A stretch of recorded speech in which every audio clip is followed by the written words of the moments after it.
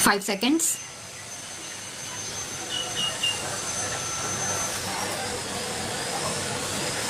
The annual budget is also an opportunity for the government to outline its priorities for the year to come.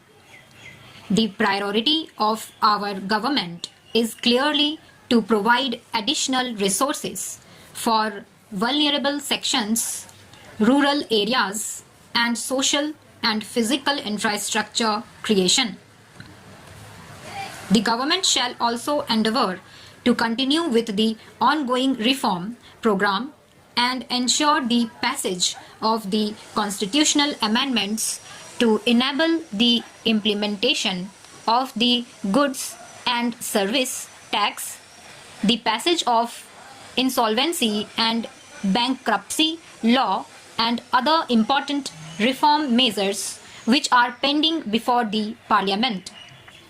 Additionally, as I will detail later, we will undertake significant reforms such as the enactment of a law to ensure that all government benefits are conferred upon persons who deserve it by giving a statutory backing to the Aadhaar platform, bringing significant changes in the legislative framework relating to the transport sector so as to free it from constraints and restrictions, incentivizing gas discovery and exploration by providing calibrated marketing freedom, enactment of a comprehensive law to deal with resolution of financial firms, providing legal framework for dispute resolution in PPP projects and public utility contracts,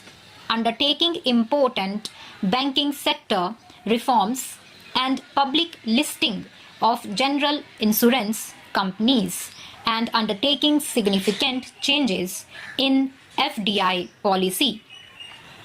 Our agenda for the next year is, therefore, to transform India in this direction. My budget proposals are therefore built on this transformative agenda with 9 distinct pillars. Let me first take up agriculture and farmers' welfare. We are grateful to our farmers for being the backbone of the country's food security. We need to think beyond food security and give back to our farmers a sense of income security.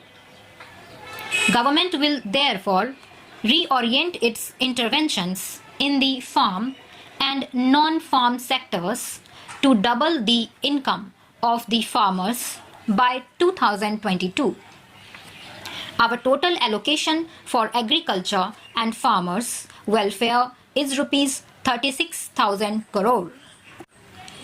We need to address issues of optimal utilization of our water resources, create new infrastructure for irrigation, conserve soil fertility with balanced use of fertilizer, and provide value addition and connectivity from farm to markets. Irrigation is a critical input for increasing agriculture production and productivity. Out of 141 million hectares of net cultivated area in the country, only 46% is covered with irrigation. The Pradhan Mantri Krishi Sinchai Yojana has been strengthened and will be implemented in mission mode. 28 lakh hectares will be brought under irrigation under this scheme. Implementation of 89 irrigation projects under AIBP, which have been languishing, will be fast-tracked. This will help to irrigate 80 lakh hectares. These projects require Rs 17,000 crore next year and Rs 86,000 crore in the next 5 years. We will ensure that 23 of these projects are completed before this financial year's. A dedicated long-term irrigation fund will be created in NABARD with an initial corpus of about rupees 20,000 crore. To achieve all these, a total provision of rupees 12,000 crore has been made through budgetary support and market borrowings. Simultaneously, a major program for sustainable management of groundwater resources has been prepared with an estimated cost rupees 6,000 crore and proposed for multilateral funding.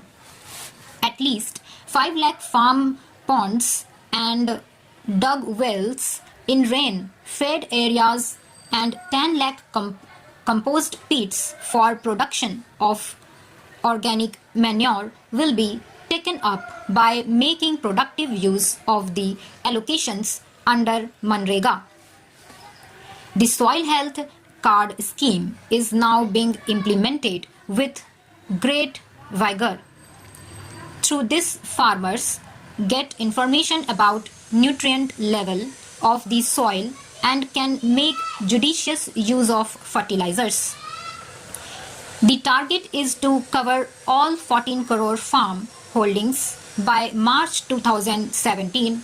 Rupees 300 crore has been provided for National Project on Soil Health and Fertility. Besides, 2000 model retail outlets of fertilizer companies will be provided with soil and seed testing facilities during the next 3 years. Fertilizer companies will also co-market city compost, which increases the efficacy of chemical fertilizer. A policy for conversion of city waste into compost has also been approved by the government under the Swachh Bharat Abhiyan.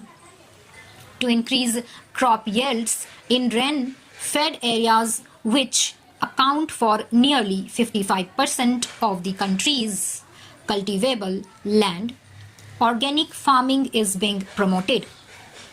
Towards this end, the government has launched 2 important schemes. First, the Paramparagat Krishi Vikas Yojana, which will bring 5 lakh acres under organic farming over a 3-year period. Second, the government has launched a value chain based organic farming scheme called Organic Value Chain Development in Northeast region. The emphasis is on value addition so that organic produce grown in these parts find domestic and export markets. A total provision of rupees 400 crore has been made for these schemes. Access to markets is critical for the income of farmers.